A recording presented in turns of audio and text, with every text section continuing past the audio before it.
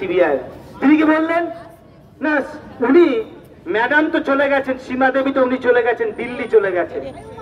আসলে হাত ধুয়ে ফেলেছেন। কি জানেন, খুনিরা যেমন হাত ধুয়ে ফেলে, তেমনি একজন সিবিআই অফিসার হয়ে তিনি একটা তদন্তকে নিয়ে ছিনিমিনি খেলে হাত ধুয়ে ফেললেন। তিনি যদি একজন মা হন, তাহলে একজন মেয়ে যে এইভাবে নৃশংস ভাবে, এখানে অনেক মা বোনেরা আছেন, আমি প্রত্যেককে মা বোন বলবো, কারণ আমাদের সত্যি কষ্ট হচ্ছে যে আজকে আমাদের ঘরের মা বোনেরা তো নিরাপদ নয়। আজকে সিবিআই অফিসার চলে গেলেন দিল্লি, সব সমাপ্ত হয়ে গেল। তাহলে কলকাতা হাইকোর্টের মহামান্য বিচারক আজকে 11টার সময় যা বললেন, তাহলে সেটা কি পাগলের প্রলাপ? তা তো নিশ্চয়ই নয়। তিনি কি বললেন? তিনি বললেন যে এই যে একা কোন একজন ব্যক্তি ওই অভয়াকে যে খুন করতে পারে না বলে যে অভিযোগ এসছে, একাধিক ব্যক্তি যুক্ত রয়েছে। এটা শুধু মহামান্য বিচারক বললেন তা নয়, সেন্ট্রাল ফরেন্সিক সায়েন্স ল্যাবরেটরি পর্যন্ত বলেছে। এটা কাদের সংস্থা? এটা কি medical service centre, nurses unity service ডক্টরসের সংস্থা? এটা হচ্ছে ভারতবর্ষের সবচেয়ে বড় তদন্তকারী ফরেন্সিক সংস্থা। তারা পর্যন্ত বলেছে যে একজন ব্যক্তির পক্ষে এটা ঘটনা সম্ভব নয়, আদৌ ওই সেমিনার রুমে হয়নি।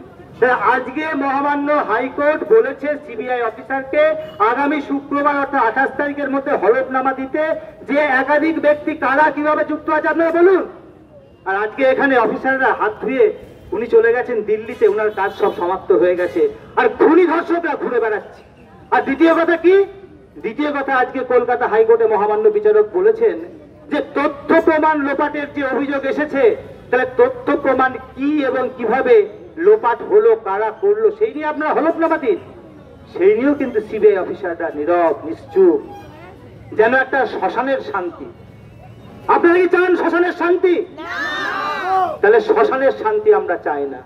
আমরা চাই না কোন নারী কোন পুরুষ শ্মশানের শান্তি। কারণ একদিন যখন ওই নরপশুরা, এই রাজ্য প্রশাসন বলুন, কেন্দ্রীয় প্রশাসন বলুন, শাসক, তারা যখন আমার ঘরের ছেলেকে মেয়েকে তুলে নিয়ে গিয়ে কুকুরের মতো ছিঁড়ে খাবে, তখন কেঁদেও আমরা কুল পাবো না। তাই আমরা বিচারের দাবিতে আজকে আমরা এসেছিলাম, ডাক্তার নার্স এসেছিলাম শান্তিপূর্ণভাবে।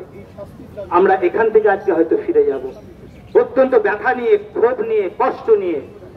কিন্তু এই ক্ষোভের আগুন সারা পশ্চিমবঙ্গে, সারা ভারতবর্ষে, সারা পৃথিবীতে ছড়িয়ে পড়বে। গতকালই প্রায় 7টা মহাদেশের বিভিন্ন যারা এই অভয়ার ন্যায় বিচার নিয়ে আন্দোলন করছে, তারা নিজেরা মিটিং করেছে। জানেন, মেলবোর্নে মিটিং হচ্ছে, মেক্সিকোতে হচ্ছে, নিউ ইয়র্কে হচ্ছে, কানাডাতে হচ্ছে, টরন্টোতে হচ্ছে। কেন? তারা এই পশ্চিমবঙ্গকে বলছে এটা তো একটা অন্ধকার রাজত্ব। কিন্তু এই পশ্চিমবঙ্গ তো রবীন্দ্রনাথ, বিবেকানন্দ, সুভাষ বোসে, প্রীতিলতার রাজ্য। আমরা কি হতে দিতে পারি? পারি না আমরা। তাই আমাদের আন্দোলনটা চালিয়ে যেতে হবে। মানুষ লড়াই চাইছে, আমরাও লড়াই চাইছি। এখানে সাধারণ মানুষের স্বার্থ, আমাদের স্বার্থ মিলে গেছে। তাদের স্বার্থের সঙ্গে সংঘাত হচ্ছে সিবিআই অফিসার আর ওই দুষ্ট পুলিশ চক্র। নিশ্চয়ই সব পুলিশ নয় যারা তথ্য প্রমাণ লোপাট করেছিল, রাজ্য প্রশাসন যারা তথ্য প্রমাণ লোপাটে সাহায্য করেছিল, কেন্দ্রীয় প্রশাসন যারা তদন্তের নামে ছিনিমিনি খেলার সুযোগ করে দিয়েছিল সিবিআই, তাদের সঙ্গে আমাদের সংঘাত, আর কিছু নয়। তাই যে কোনো দিন পশ্চিমবঙ্গের মানুষ কিন্তু আবার ওই 14ই আগস্টের রাতকে মনে করিয়ে দেবে। সেদিন কিন্তু বললেন না, আপনারা কেন বলেননি যে আবার এই 14ই আগস্ট, আবার সারা কলকাতা, সারা পশ্চিমবঙ্গ, সারা ভারতবর্ষ স্তব্ধ হয়ে যাচ্ছে? বলবেন না কিন্তু। তার জন্য আপনারা অপেক্ষায় থাকুন।